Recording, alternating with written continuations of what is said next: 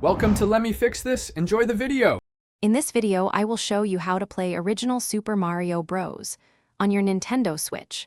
First, from your console's home screen, locate and select the Nintendo Switch Online icon.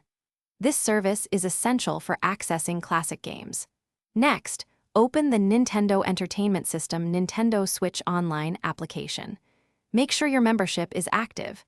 It's required to enjoy these timeless adventures. Once inside the Nintendo Entertainment System application, you'll see a library of classic games. Scroll through the list until you find Super Mario Bros. This beloved title is usually prominently displayed. Select it to launch the game. Get ready to embark on an exciting journey through the Mushroom Kingdom, rescuing Princess Peach from the clutches of Bowser. The controls are simple yet effective.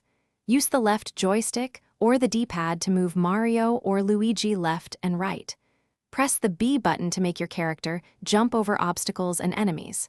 The A button allows you to run faster, or, if you have a fire flower, shoot fireballs. Master these basic actions to navigate the levels.